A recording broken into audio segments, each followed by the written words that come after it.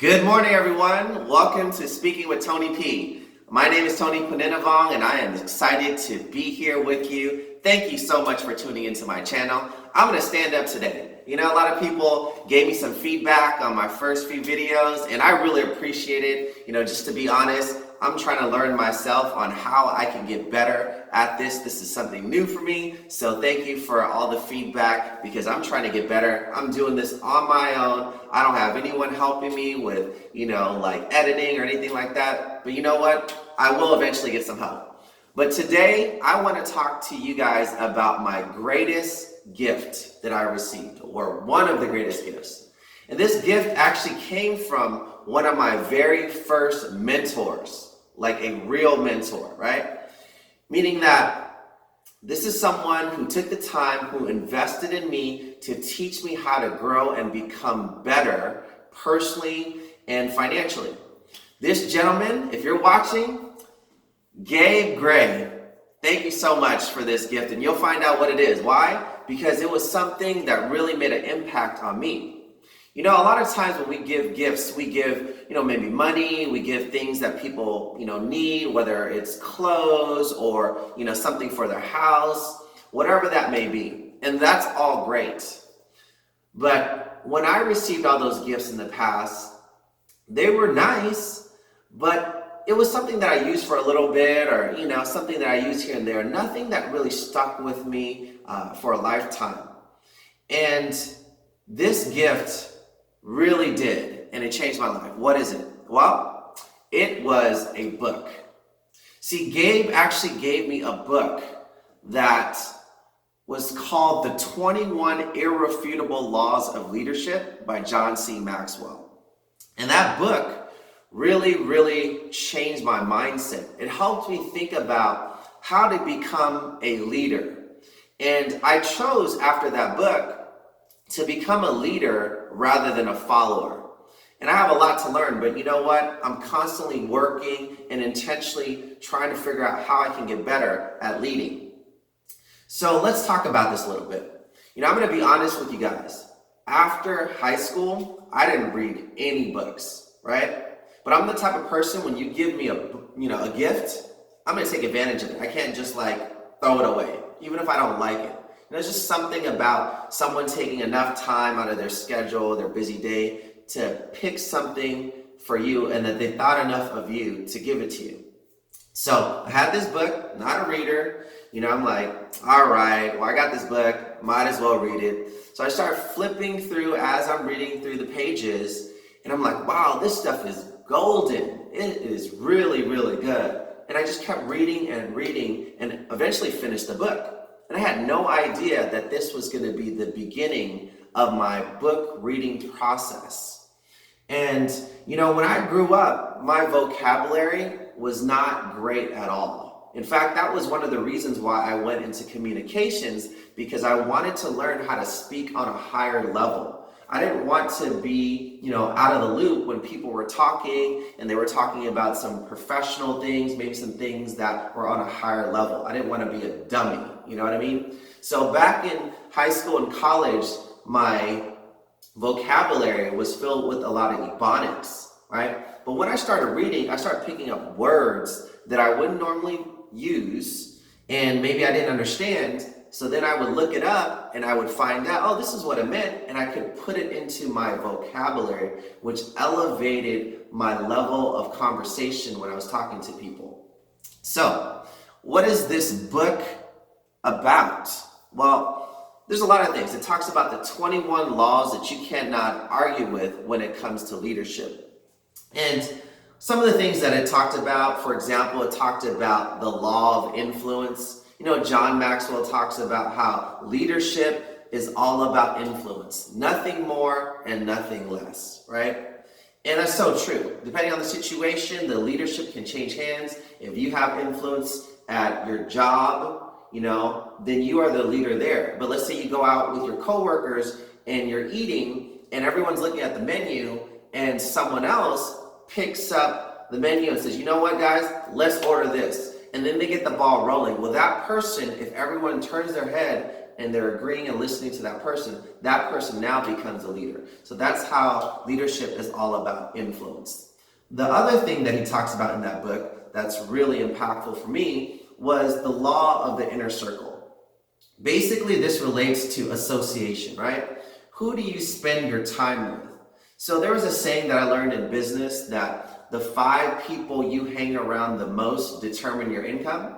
So if you hang around with a bunch of broke people all day, chances are you're going to be broke, right? Because it's going to be hard to learn about making successful decisions when people are making broke decisions, having broke habits, right?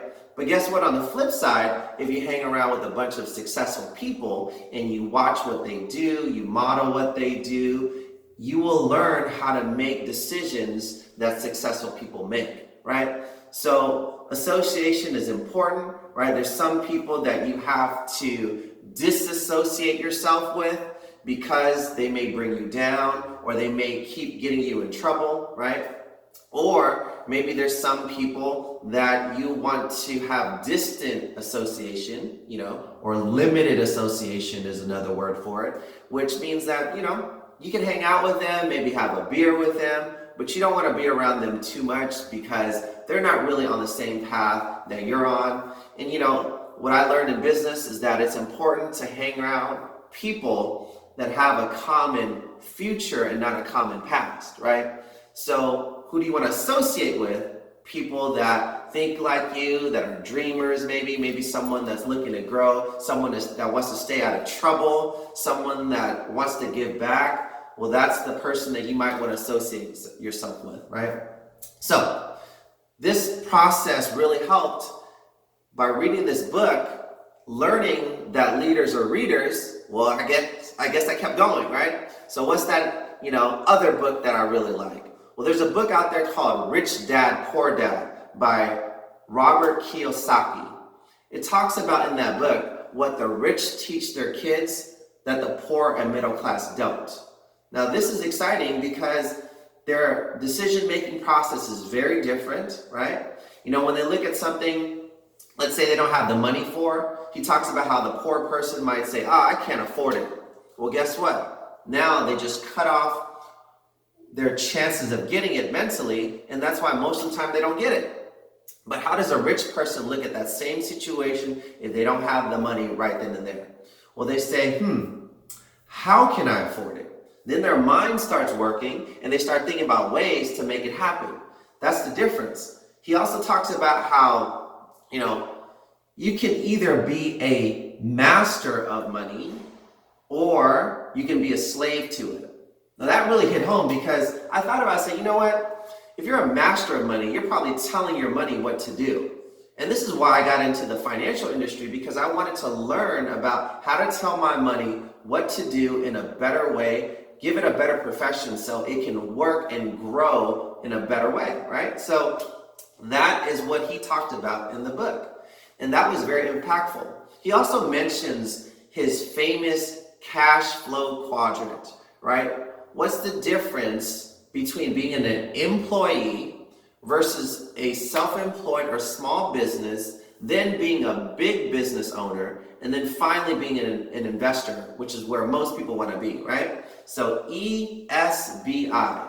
How do you move from one quadrant to the other quadrant so that you can change your situation? He talks about something such as being in the E quadrant, which is an employee. And what that means is that if you're an employee and you want to change your situation, instead of doing what most people do, where they go from, job to job, they're still in that same quadrant. So they don't really change their situation because what happens is they're still in that E quadrant. What he suggests that you do is you go from employee and move towards maybe small business or self-employed, and then eventually to big business, right? And then finally investor. So great book, talks about assets versus liabilities. What is an asset? An asset puts money in your pocket, and a liability takes money out of your pocket. He just simplifies it. When I learned about assets and liabilities in, let's say one of the classes I had in college, it was very complicated and it just didn't really connect with me, right? So that's a great book. And then finally, another book that I'll mention today is a book by the gentleman named Dale Carnegie called How to Win Friends and Influence People. Man, that title alone, that's a great, great title, right? Think of how to win friends, which most people want, and then influence people.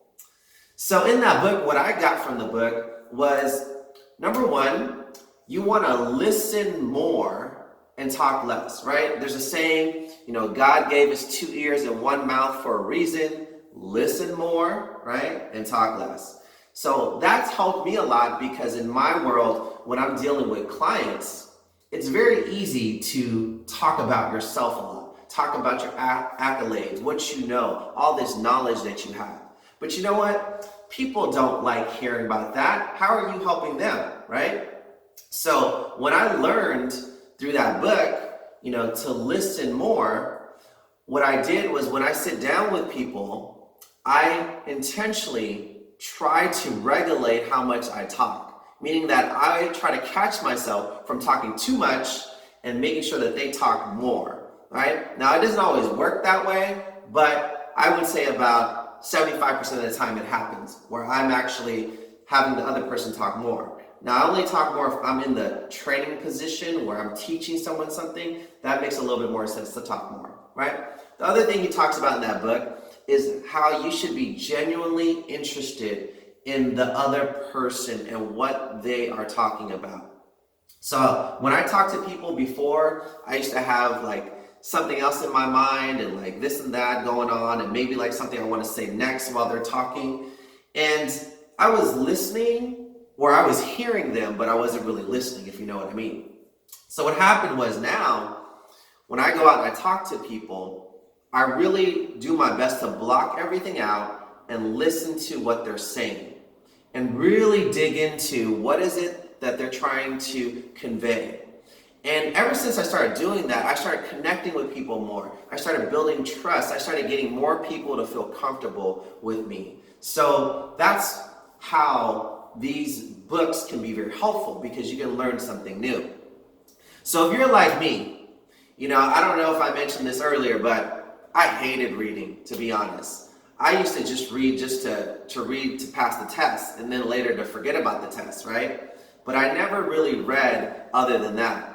So how can you do this? And if you're like me, you're probably thinking, man, sometimes I don't like to read because I don't remember anything. But one thing I learned is that your mind is so powerful, it's like that, computer, and you've heard this before. But when you're reading, as you're going through the lines and the pages and stuff like that, even if you don't remember right away, your subconscious mind is picking all that stuff, all that information up, and is saving it. And I know this because sometimes, even though I read a book and I feel like I didn't really understand everything, I'm sitting down and I'm in a situation, I'm talking to someone, and all of a sudden, some of the things I'm talking about actually comes out in the form of examples from these books that I read. And I'm like, oh my goodness, I didn't even think about where it came from, but it came from the book. And it's because that subconscious picks it up. Now let's just say you can't get over that. Well, how else can you take advantage of things that relate to book reading? Well, now there's audiobooks, right? So you can turn your car into a mobile university. So for example, I had an audio from, once again, Robert Kiyosaki that talks about budgeting. And when I was starting from point A to my appointment point B, it took about 30 minutes. And I popped in the CD, I listened to it, and I learned the difference between a budget deficit and a budget surplus. So while I was driving, when I got here, I already learned a new concept, a new skill. And that was very helpful. And I thought about all the times I would drive somewhere and I listened to music. And honestly, maybe like most people, I was just jamming, and that's cool too, but I wasn't really growing. So I thought about this. What if I did this over and over again? While most people are driving and listening to music, I was able to learn and grow. So in that same time frame, 1 hour, let's say 5 days a week, in 5 hours of new knowledge that I was getting, many people were just in the same place with the same knowledge, just jamming to their music, right? What else can you do? Well, podcasts is a big one these days. There's a lot of great podcasts out there that you can listen to. There's a lot of people that, like for example, Grant Cardone is one of my favorites. I also like Gary Vee. I like Eric Thomas. You know, there's so many amazing people. Jim Rohn is one of the greatest. Darren Hardy. I mean, I could go on and on. But these are ways that you can listen and learn, and you can grow your knowledge, and you can take advantage of what the benefits of reading or having someone else read to you through an audio can do for you. So the bottom line is this. Jim Rohn says the best. He says, if you want to reach higher in life, just go ahead and stack some books under your feet. And I was like, wow, that's crazy. Just thinking about what that means, right? You put books on top of books on top of books. If you want to reach up, well, you can get whatever is up there because you've read so many books to stack up on each other. And I was like, man, that's so smart. So let's rise together. Let's read more books. Give someone a new gift these days, right? Instead of giving them just money or, materialistic things, maybe consider giving them a book, because that book could change their life like it changed mine. So hope you like this information. Hope you like this topic. Please like, share, subscribe, and do me a huge favor. Comment below. Let me know 1 or 2 books that you really enjoyed, because I'm always looking for new books to read. So thank you very much. Once again, my name is Tony P. Keep smiling, and I'll see you guys at my next video. Thank you so much.